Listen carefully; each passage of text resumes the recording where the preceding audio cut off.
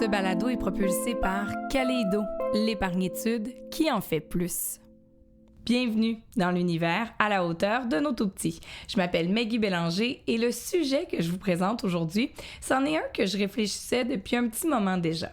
Parce que comme femme, comme blonde, comme mère, j'ai vraiment l'impression que la notion de bien-être ne s'exprime pas de la même façon pour nous, les femmes, versus les hommes. Donc, lorsqu'on devient parent, maman versus papa, c'est pas toujours évident de se rendre dans un état de bien-être. On dirait que parfois les hommes ont peut-être un petit peu plus de facilité à prioriser les sorties entre amis ou même les périodes de sport. Les femmes, oui, on les met à l'agenda, mais j'ai comme l'impression que dès qu'il y a un conflit d'horaire, un enfant malade, c'est la première chose qui saute dans notre agenda. Est-ce que c'est vraiment ce qu'on devrait faire dans l'avenir? Je suis pas certaine. Mais comment conjuguer tout ça sans que ça amène des frictions dans le couple? Eh bien, j'en discute aujourd'hui avec deux intervenants que j'aime beaucoup. D'abord, une de vos professionnelles préférées qui était là à la première saison, Mélanie Bilodeau, psychoéducatrice qui est de retour. Et un petit nouveau dans l'univers à la hauteur de nos tout-petits, un journaliste au 98.5 FM, également un papa, Maxime Sarrazin. Vous allez voir que c'est développé une belle complicité dans l'épisode. Et en segment coup de cœur, eh bien, je discute avec Stéphane Corriveau, qui est président de chez AlphaFix Capital. C'est vraiment un gars qui s'y connaît en finance. Et là, j'ai voulu lui poser la question à cette période-ci de l'année. Ça nous tente pas nécessairement de se faire un budget, mais là, à l'approche des fêtes, des dépenses plus exceptionnelles, des sorties au restaurant, des cadeaux, des voyages pour certains, comment on peut faire pour bien planifier au niveau financier, pour pas se retrouver avec de l'anxiété et certains problèmes au mois de janvier quand les cartes de crédit vont rentrer. Alors, c'est toutes des questions qu'on a abordées avec lui, mais je vous promets, ce sera pas lourd, ça sera pas difficile à comprendre. J'ai vraiment voulu amener ça de façon très concrète parce que vous le savez, hein, c'est ensemble qu'on est à la hauteur de nos tout-petits.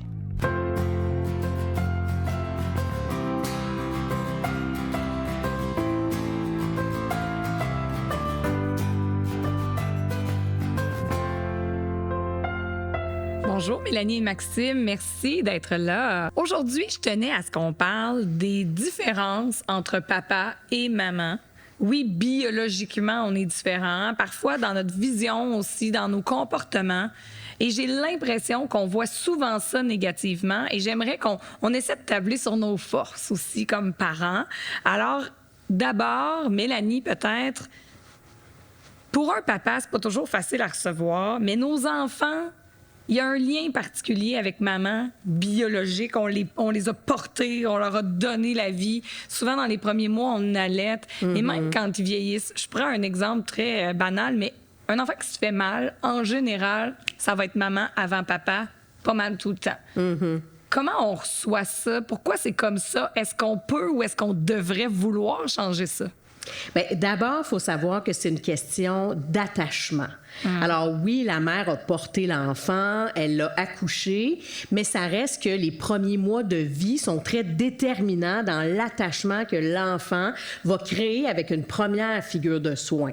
Donc, les 6 premiers mois, l'enfant va choisir une première figure de soin qui va être la principale. Alors moi, je vois beaucoup dans ma pratique l'inverse aussi, parce qu'on a énormément de pères maintenant qui sont présents à la maison, qui prennent le congé parental, que la femme retourne travailler 3 semaines après avoir accouché. Et cet enfant-là, le réconfort, c'est vers le père qui va aller le chercher au départ. C'est à partir de l'âge de 18 mois que là, il y a une deuxième figure d'attachement significative qui va entrer en jeu.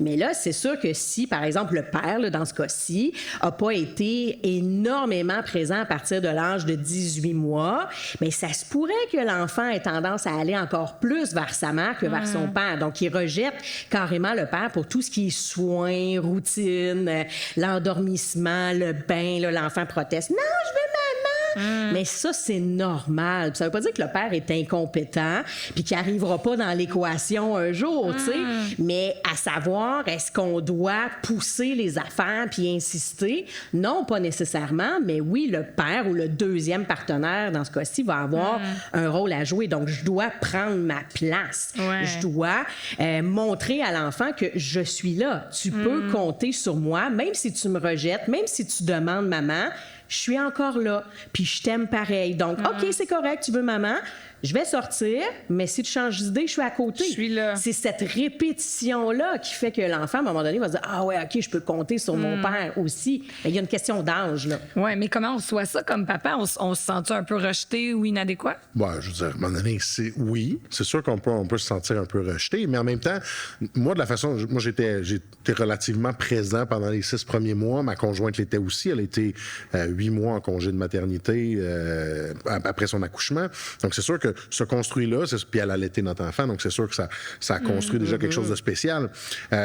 C'est sûr que même aujourd'hui, rendu à 3 ans, il va avoir 4 ans, des fois, dans des moments très émotifs, si maman et papa est là, puis il a à choisir, il va aller vers maman. Puis c'est correct. Par contre, la nuit, s'il se réveille, puis il est en pleurs parce qu'il y a une terreur nocturne qui arrive à l'occasion, puis c'est moi qui se lève, oui, des fois, il va dire maman. Je vais dire maman, elle dort. Et là, c'est papa qui est là. Oui, mais je veux maman. Mais d'accord, est-ce que tu préfères que je sorte ou que je reste? Non, je veux que tu restes. Puis là, c'est là où il va venir dans mes bras, puis il va venir prendre mais je lui donne le choix. Tu sais, à ce moment-là, je pense qu'on n'est pas obligé non plus de donner toujours à l'enfant ce qu'il veut, mais on peut lui donner le choix de dire, écoute, maman, elle fait dodo. On n'ira pas la réveiller parce qu'elle fait dodo. Le papa, il est là. Est-ce que tu veux que papa soit là? Ou que papa s'en aille. Et automatiquement, l'enfant, généralement, a besoin de réconfort. Il va aller le chercher. Oui, son réflexe premier est d'aller vers maman, puis c'est correct comme ça. Puis des fois, quand on peut le faire, on peut le faire. Mais si c'est pas le cas, il faut aussi, en tant que papa, de dire, je vais entendre ce que tu me dis, je vais aussi comprendre ton sentiment puis ton besoin. Maintenant, je peux le combler aussi. Donc, c'est sans tomber dans une négociation. Il faut aussi dire à l'enfant, sans le forcer, parce qu'on peut pas forcer les choses, mais tu peux te donner à ton enfant le choix de dire, écoute, tu as le choix, tu as besoin de réconfort, papa peut sortir ou il peut rester. Qu'est-ce que tu choisis? Il va choisir. Il va tenter, évidemment, de combler son besoin la majorité du temps, mais là, j'ai lu des trucs, là, que la testostérone, la fameuse testostérone des papas, pouvait nuire dans certains cas à l'attachement avec le bébé, avec le jeune enfant, et que ça pouvait avoir des répercussions sur la relation à venir. Gros mythe. Information mal comprise. Information mal comprise. Aha. Je vais me permettre de la recadrer ici. Oui. Sur le plan neurophysiologique, ce qui se passe, quand tu accouches d'un enfant, tu sécrètes de la prolactine. La prolactine, c'est l'hormone que tu vas sécréter pour produire du lait. C'est aussi une hormone d'attachement. C'est une hormone maternisante. Ça te donne le goût de materner ton enfant, d'en prendre soin. Si on ne sécrétait pas ça, depuis la nuit des temps, nos enfants seraient morts, tu sais. Ouais. C'est ça qui fait en sorte que tu les abandonnes pas dans le champ. Là, je pense à toi, Martin, qui a été... Maxime, je m'excuse, Maxime. Hein, on l'a dit au début qu'on n'était pas bon dans les noms. Fait que tu peux m'appeler Mélissa, ça va être correct. C'est correct, Claudine. C'est bon, ça. Donc, tu le disais d'entrée de jeu, tu étais super présent, toi, au début, comme ta conjointe. Alors, probablement que tu as sécrété beaucoup de prolactine, toi aussi. Parce que la prolactine, c'est une hormone qu'on va sécréter aussi quand on s'occupe de notre enfant. Là, sur le plan culturel, souvent, ce qui arrive, c'est que les mères vont être un peu plus impliquées les premiers mois de vie, puis là, les gars vont retourner travailler après 5 semaines de congé parental.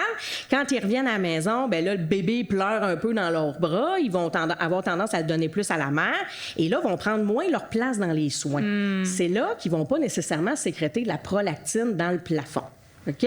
Mais ils sont capables. Ben oui, ils sont capables. Plus tu es impliqué, plus tu sécrètes de la prolactine. C'est ça qui fait en sorte que si tu adoptes un enfant, tu vas l'aimer comme si tu l'avais porté, accouché, comme s'il sortait de ton utérus. Là. Ça, c'est la prolactine. Occupe-toi de ton enfant, tu vas en sécréter et tu vas t'attacher et tu vas avoir encore plus le goût de t'en occuper. Là, le lien avec la testostérone, c'est que quand tu as la prolactine dans le tapis, ton taux de testostérone descend un petit peu. Un petit peu, vous la perdrez pas, mais Mais non, tu la perdras pas. Mais ça explique, on fait le lien avec la sexualité ici, on en reparlera dans un autre épisode, mais ça explique qu'il y a des hommes, des fois, qui vont dire, moi, on dirait que dans le congé parental, j'ai été à la maison pendant 8 mois avec ma conjointe, j'avais comme pas de libido. Puis c'était comme correct de même. On dirait que les deux, on n'avait pas tant. Bien, ça, c'est parce que ta testostérone a droppé une petite affaire. Comprends-tu le lien ici avec la testostérone? Fait que pas parce que tu en sécrètes que nécessairement tu vas pas t'attacher à ton enfant. Là. Comprends-tu? C'est la prolactine qui rentre en jeu, pas tant la testostérone. Tu sais, avec les enfants, la beauté, moi, j'ai adoré le concept du pot à pot avec le bébé. Là. Je trouve que Et surtout, parce que, bon, on peut en revenir, parce qu'il y a un autre épisode qui va parler du fait qu'on se sent un petit peu, on a de la difficulté à se sentir utile quand on est un papa dans une nouvelle naissance, là. Mais le pot à pot, pour moi, ça a été la plus belle façon de créer un lien avec mon fils, tu sais. Et ça a grandi avec le temps. Puis même aujourd'hui, on en reparle, il y a 4 ans, je vous le disais tantôt, et il me rappelle, il dit, oui, quand j'étais petit, tu me collais sur toi, parce qu'il trouve ça encore drôle, puis il voit des photos où ça arrivait. Et ça, c'est précieux. Mais il faut justement se dire que ce lien-là se construit. Et c'est pas vrai que parce que l'enfant va vouloir maman dans certaines circonstances qu'il va pas nécessairement avoir besoin de papa. Puis c'est drôle parce que, oui, effectivement, quand les 2 parents sont là, je le disais tantôt, maman, des fois, va avoir la première place. Puis c'est correct. Mais si maman est pas là, mon Dieu, que papa est important. Puis mon Dieu, qu'il te le fait sentir que tu es important. Oui. Fait que, tu sais, en bout de ligne, je pense qu'il faut aussi arrêter de rationaliser le comportement de l'enfant en se disant... C'est comme si c'est mon meilleur ami qui me parlait. C'est pas ça, c'est un enfant. Ses émotions, il les gère pas encore assez et complètement. Alors, même s'il dit, c'est pas toi que je veux, c'est elle, mais c'est correct, c'est ce qu'il ressent. Faut juste se désensibiliser un peu à ça, puis se dire de toute façon, peu importe ce qui arrive, je t'aime, puis je vais t'aimer tout le temps. Puis dans une relation coparentale, là, il y a une complémentarité qui est essentielle sur le plan affectif, OK? Oui. Donc, il faut qu'il y ait une figure de soin davantage rassurante, plus sur le plan affectif. Comme on disait, l'enfant, il se blesse, il a tendance à aller vers cette figure d'attachement-là. Mais la deuxième, là, l'autre figure de soin, on l'appelle activateur. C'est un activateur qui fait en sorte que tu as le goût de jouer avec ton enfant. Tu as le goût de l'amener à explorer le monde. Tu sais, souvent, on va dire les pères amènent les enfants à se dépasser. Ils pitchent dans les airs, puis ils ont peur de rien. Puis la mère est comme « Oh my God, attention! » Ben non, voyons donc, faut qu'ils apprennent. Il se fera pas mal. Faut qu'ils apprennent. Mais ça, c'est l'activateur. Et ça prend ça, parce que si tu as 2 partenaires qui sont comme « Oh mon Dieu! » On va être dans la surprésence. On va surprotéger notre enfant. C'est pas bon, ça, là. Faut se compléter, là. On parlait de force, mais ça, c'en est une. C'est ça. Mais comment accueillir les forces de l'un par rapport aux forces de l'autre sans tomber non plus dans l'espèce de compétition parentale? Ah, mais, tu sais, je pense pas que les parents veulent volontairement se dire qu'ils sont meilleurs que l'autre, mais on aime quand ce qu'on fait est reconnu, mais il faut pas que ça devienne une compétition entre les coparents non plus. Non, mais je pense que la communication demeure un élément important. Puis c'est ce qui est souvent le plus déficient dans les couples. On se parle seulement quand on a des problèmes. Et souvent, quand on a des problèmes, c'est parce qu'on les a laissés grandir. On a monté ça en épingle. Et là, après ça, on n'est plus capable de communiquer parce qu'on est trop dans l'émotion. Alors, au contraire, si on est capable de se parler quand les choses vont bien, puis dire comment ça va? Est-ce qu'on est bien comme parent? Est-ce qu'on est heureux? Tu sais, on parle de charge mentale souvent, mais la charge mentale, quand elle explose, c'est pas là où il faut en parler parce qu'on n'est pas prêt à en discuter. Il faut en parler quand les choses vont bien. Comment ça se passe de ton côté? Puis de le faire au quotidien, dans les petits gestes. T'sais, pour moi, ce qui est important, c'est à tous les jours, comment était ta journée? Comment ça s'est passé? Puis de le faire avec les enfants aussi. Il y a beau avoir 3 ans, je veux qu'il me raconte sa journée en garderie. Bon, sa mémoire est des fois pas toujours grande sur ce qu'il a fait dans sa journée, mais il va se souvenir d'une chose. Puis oui, aujourd'hui, j'ai joué au sable, je me suis fait chicaner par mon éducatrice. Ah oui, ben pourquoi? Puis de revenir avec ça, mais d'entrer en communication, puis d'avoir une saine communication, mais ça permet de dire, ah oui, j'ai vécu quelque chose qui m'a fait de quoi, mais tu sais que si ta conjointe ou ton conjoint a vécu quelque chose de difficile aujourd'hui, peut-être pas le temps d'aborder quelque chose de crunchy, mais peut-être que le lendemain, quand tu sais, j'ai passé une belle journée, hey, regarde, j'aimerais ça qu'on parle de, écoute, je vois la cuisine qui est sans dessus-dessous depuis 4 jours, mais parlons-en. Quand on est dans un état d'en parler et d'ouvrir la communication puis de dire, ben moi, la façon que je vois les choses, est-ce que c'est automatiquement la façon dont ça doit se faire? Pas nécessairement. Puis souvent, quand on se met à dire « Ah, ben on sait bien, toi, t'es comme ça. » Puis là, ben d'emblée, on est fermé. C'est pas constructif. Non, mais on n'est pas prêt à entrer en communication puis à se comprendre. Parce que t'as une optique où tu rentres dans une communication en disant « De toute façon, mon idée, elle est préconçue, t'es comme ça, tu changeras pas, puis il en arrivera rien. » Mais c'est ça. Puis là, à ce moment-là, ben, à mon avis, puis là, je veux dire, je suis pas psychologue, mais c'est le début de la fin dans une relation. Parce que si t'es pas capable d'entrer en communication puis de grandir ensemble, bien, automatiquement, les chemins vont finir par se séparer. Dans cette communication-là, je me permets de rebondir là-dessus, là, c'est super important de valoriser l'autre aussi. Tu sais, pour revenir à ta question de base, là, qui était comment on fait pour pas être en compétition? Bien, tu es en compétition quand tu as l'impression que l'autre est meilleur que toi, puis que l'autre est toujours sur ton dos. Fait que là, tu fais quoi? Bien, tu cherches à montrer que toi aussi, tu fais des bonnes affaires. Tu sais, il faut se valoriser sais, Maxime le disait, on prend le temps de s'asseoir. C'est une question de timing. Il faut trouver le bon moment. Ouais. Tu sais, j'en parle dans mon livre, Soyez l'expert de votre tout petit, le cocktail, en fait, c'est la formule cocktail festif, Diana Krall, lumière tamisée. Tu sais, trouve-toi un bon timing, couche les enfants, fais-les garder. Tu sais, mets-toi dans une ambiance. Là. Tu te fais pas ça le soir quand ça fait déjà 20 minutes, t'accompagnes les enfants vers le sommeil puis t'es à bout. Ben non, ça marche pas partout. Le bon timing, puis là, tu commences ta discussion en te valorisant. Ah, j'aime ça. Tu sais, nous, en Comment psychoéducation, on fait beaucoup ça. Les psychologues aussi. En consultation, là, tu veux sortir une affaire négative, ben, tu sors 3 affaires positives en premier. T'sais. Déjà, ça ouvre la discussion. Alors, bon, je veux te souligner, ça, je te remercie. Cette semaine, ça m'a beaucoup aidé. Ça, c'est vraiment cool. Je trouve qu'on a vraiment réglé ça ensemble, cette situation-là. Ça s'est bien passé. Tu sais, on sort 3 belles affaires. Là, maintenant, là, c'est sûr, à un moment donné, l'autre te voit venir. OK, le pot s'en vient. Ben oui, le pot s'en vient. Il y a tellement de fleurs que c'est sûr qu'il y a un pot. Au moins, il y a eu des fleurs. Mais au moins, on peut en rire. Tu sais, l'humour, ça passe bien, ça aussi. Voici ce que j'ai besoin de te nommer. Tu sais. Et encore une fois, je te le nommais dans un autre épisode. Comment moi je me sens et quel est mon besoin, plutôt qu'attaquer l'autre. Tu sais, on dit souvent parler au jeu, là. Ça a l'air plus facile à dire qu'à faire, mais si je te parle de comment je me sens, puis c'est quoi mon besoin, moi, dans cette situation-là, je me sens vraiment dépassée. Je suis vraiment fatiguée. J'ai besoin qu'on m'aide. Tu crées de l'empathie en faisant ça, plutôt que de la confrontation. Voilà. Le fait d'aller dire, écoute, là, je vis ça, je me sens pas bien. Comment on adresse ça ensemble? La personne va se dire, écoute, j'accueille ton émotion et là, on peut en parler. Plutôt que d'arriver à dire, t'as encore laissé traîner à maudite vaisselle, je suis assez tanné. Là, d'emblée, t'es dans l'attaque. Fait que c'est sûr que, tu sais, peut-être que tu peux revenir de ça puis en arriver à un compromis, mais d'emblée, tu fermes la discussion. Tandis que si tu dis, écoute, je suis pas bien, là, j'ai besoin qu'on en parle, ben là, d'emblée, tu ouvres l'empathie.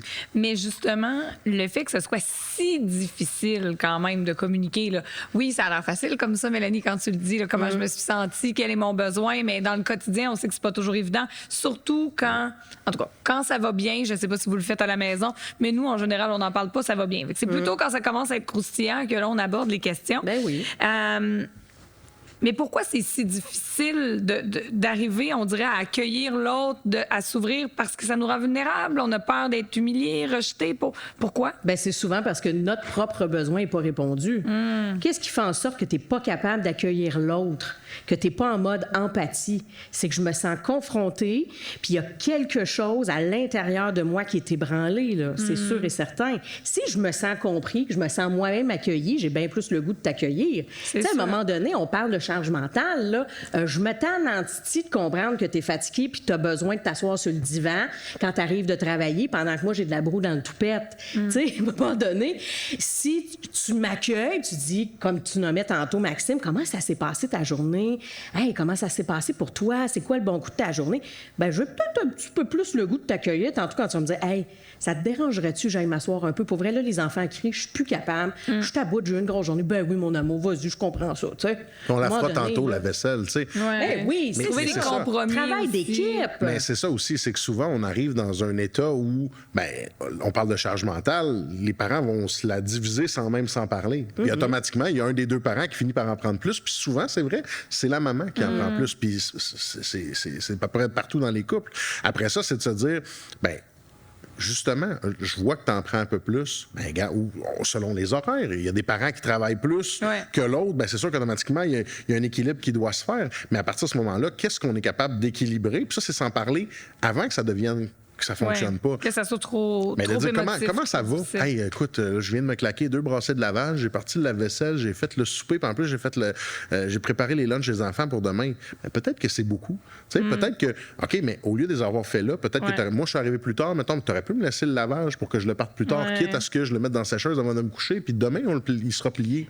Non, mais tu sais, Maxime, que c'est pas tous les gars qui pensent comme toi. Là, en ce moment, il y en a plein de femmes là, qui écoutent puis qui font « Ben oui, mais Maxime, là, il est donc bien hot, là, les autres gars pensent pas de même. J'ai tellement full de défauts, je suis vraiment pas... Voyons donc, c'est bien cool. Toutes les filles rêvent de ça, là. Non, oui, mais en même temps, t'as raison. Mais je pense que ça vient aussi au fait de se dire, il y a beaucoup de monde qui se disent, oui, mais il faut que j'y dise. Mais c'est correct. Faut que tu lui dises. Oui, mais il a pas compris que moi, je pensais à ça. Hey, non, mais là, arrêtez-moi ça. Là. Moi, quand j'entends des choses comme ça, je gratte parce que je me dis, c'est correct, on peut pas vivre dans la pensée de l'autre, mais d'une façon ou d'une autre, vous vivez à deux. Donc, c'est sûr qu'il faut vous asseoir et dire, bon, répartition de tâches, comment on veut faire ça?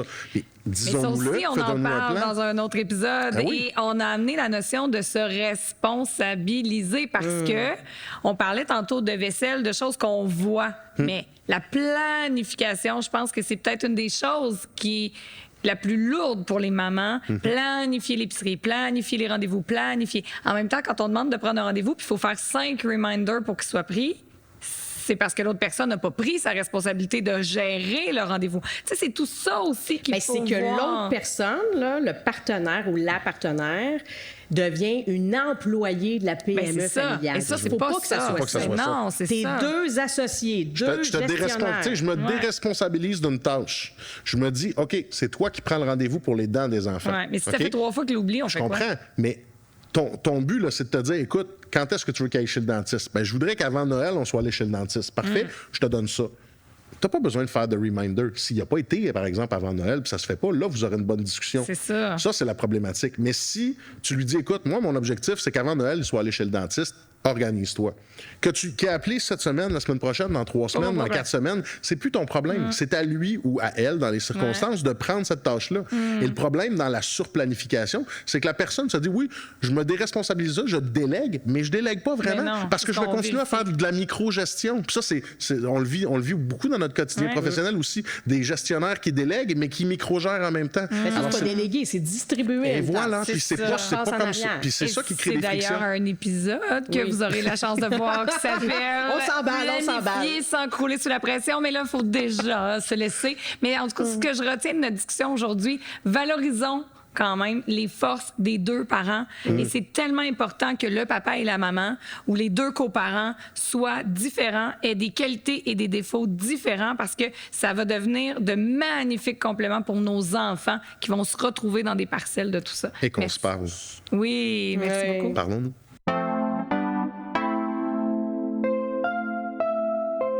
Vous l'avez peut-être vu sur vos paiements hypothécaires. Vous l'avez certainement vu à l'épicerie, la hausse des taux d'intérêt, la hausse des prix de bien des aliments. Ça vient nous compliquer la vie comme parents. Moi, j'ai des questions. Puis aujourd'hui, j'ai la chance de rencontrer un expert, Stéphane Corriveau, qui est président de chez AlphaFix. Qu'est-ce que ça fait, AlphaFix? En fait, vous gérez des portefeuilles d'obligations pour des villes, des institutions, par exemple, c'est ça? Oui, exactement. AlphaFix Capital, une firme qui a été créée à Montréal en 2008.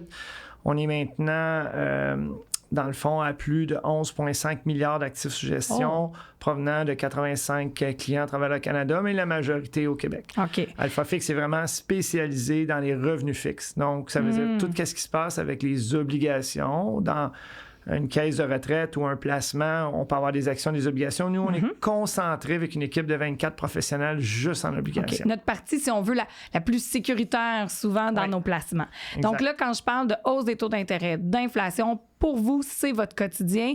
Pouvez-vous essayer, là, je sais que c'est pas évident, mais en quelques minutes, de nous expliquer un peu qu'est-ce qui se passe en ce moment, pourquoi ça nous coûte de plus en plus cher? Oui, il y a 2 choses qui est arrivées. Avec la pandémie, il y a eu un choc d'offres. Un choc d'offres, qu'est-ce que ça fait? Mais on l'a vu, la chaîne de production s'est cassée. Donc, ça veut dire qu'on avait de moins en moins de produits. Donc, quand on vient avec des concepts d'économie de base, quand il y a moins de produits, les prix montent. Première chose. Ensuite de ça, le gouvernement a aidé la population parce qu'on était tout le monde chez nous. On ne pouvait pas rien faire. Donc, des entreprises même ont fermé. Donc, il y a eu, dans le fond, de l'argent sous forme de PCU au Canada qui est envoyé à beaucoup de personnes. Donc, là, on a eu un choc de demande, mais positif. Oui, parce que là, on avait plus de sous à dépenser et il y avait moins de produits. Exact. Puis en plus, on ne peut pas aller au restaurant, on ne peut pas faire de voyage, on ne peut pas aller voir le spectacle. On dépense dans quoi? Dans les biens. Donc, ça a fait augmenter les taux d'intérêt. Donc, par exemple, la rénovation de maison, il y a eu plein de choses, là. Exact. Donc, l'inflation, qui est la base de ça, vu que tout le monde a de l'argent, il y a moins de produits, les prix augmentent. C'est aussi simple que ça. OK.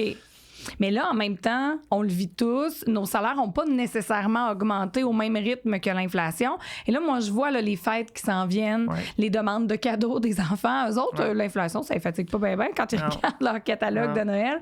Est-ce que vous auriez pour nous peut-être des conseils juste pour faire attention, du moins à être vigilant pour pas avoir des mauvaises surprises au mois de janvier? Oui, parce que qu'est-ce qui est arrivé aussi, c'est qu'en même temps que l'inflation a monté, les banques centrales ont augmenté les taux d'intérêt. On l'a tout vu, comme ceux qui ont des hypothèques à taux variables, des marges de crédit, tout a augmenté. Donc, nous, qu'est-ce qu'on pense? C'est que ce n'est pas terminé, ça. Depuis les années 80, il ne faut pas oublier que les taux d'intérêt ont juste diminué. Fait qu'on a vécu dans une période où les taux d'intérêt diminuaient.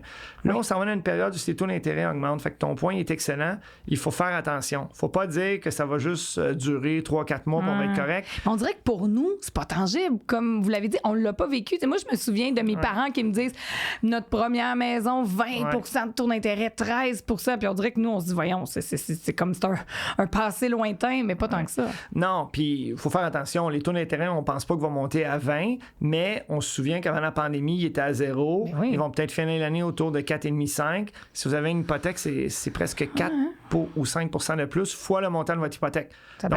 Donc, il faut faire attention. Donc, avec les fêtes qui arrivent, les dépenses, il faut vraiment faire attention là, pour économiser, pas se laisser emporter en disant « ça dérange pas, en janvier, février, tout va revenir ».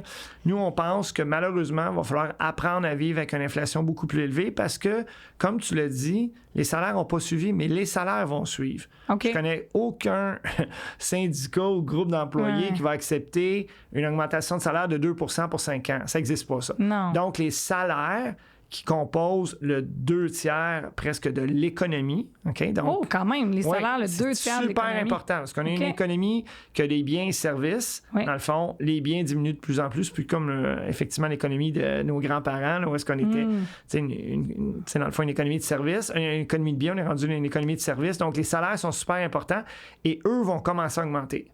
Donc, qu'est-ce qu'on voit? C'est que les banques centrales vont continuer à augmenter les taux un jour, donc c'est pas fini. Ils vont probablement les laisser là pour un bout de temps. Donc, il faut faire attention, justement, en se faisant probablement un budget pour mieux, dans le fond, planifier nos dépenses et ne pensez pas que ça va revenir instantanément. Ça, c'est la pire erreur qu'on pense que les personnes peuvent faire. Oui, parce qu'il y a personne qui a une boule de cristal. Hein? Je pense que si on l'avait, là, on serait très riche. Mais en même temps, donc, de planifier et à la limite d'en mettre un petit peu plus de côté, bien, si on n'en a pas besoin, tant mieux. Ça nous donnera une liquidité pour plus tard. Et si on en a besoin, les sous seront là. Donc, comme je le disais un peu à la blague, mais c'est vrai que nos enfants, leurs demandes de cadeaux, les demandes, elles vont être là quand même. Illimitées, ça, c'est sûr. Mais je me dis peut-être cette année, ça pourrait être intéressant de faire des échanges de cadeaux, mais avec des biens usagés qu'on possède, qui sont encore en très bon état. Si on s'entend, les enfants, des jouets, par exemple, ils en ont une panoplie. Juste les échanger avec son cousin, sa cousine, une amie, ce sont de nouveaux jouets. Ils sont contents, ça ne nous a rien coûté. Non, ça c'est peut être une bonne idée. Pour diminuer l'inflation, c'est excellent.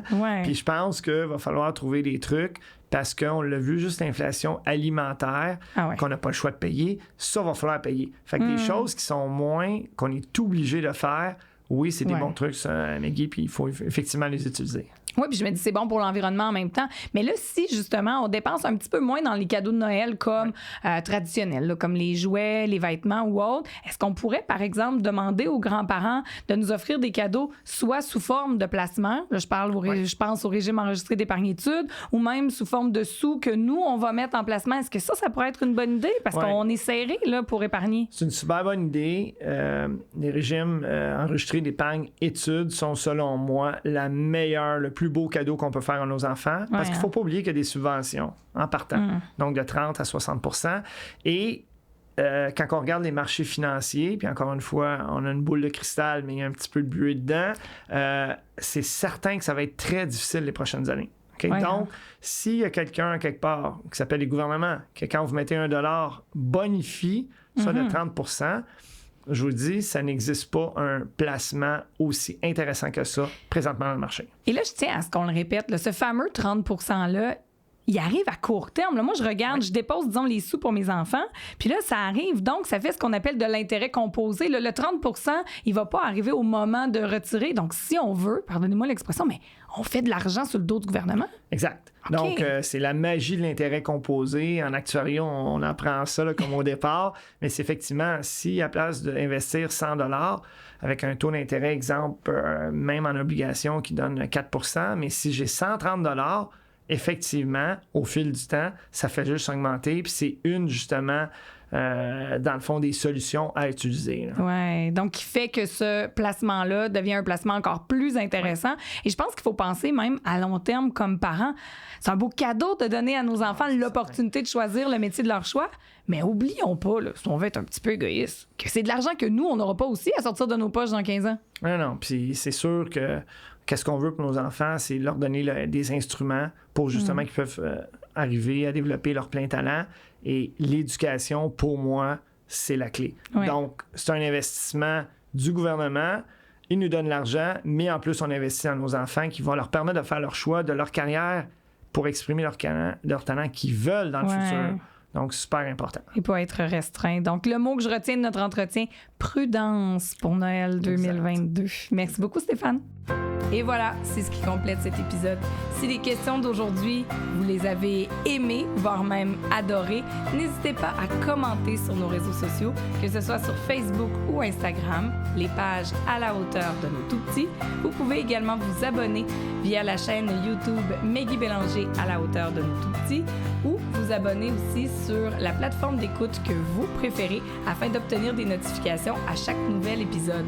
Je vous promets des concours, des extraits au cours des prochaines semaines. Un merci tout spécial à mes invités, Mélanie Bilodeau, psychoéducatrice, qui a son nouveau livre d'ailleurs, Soyez l'expert de notre tout petit, qui est maintenant disponible en librairie, Maxime Sarrazin, journaliste au 98.5 FM et un papa dévoué. En segment coup de cœur, Stéphane Corriveau, qui est président d'Alphafix Capital. C'est une présentation de Kaleido. Et merci tout particulier à Sylvain Berger-Thibault du Studio 706. Je m'appelle Meggy Bélanger et ça me fait toujours un grand plaisir de vous jaser à chaque semaine parce que c'est ensemble qu'on peut être à la hauteur de nos tout-petits. Bye bye!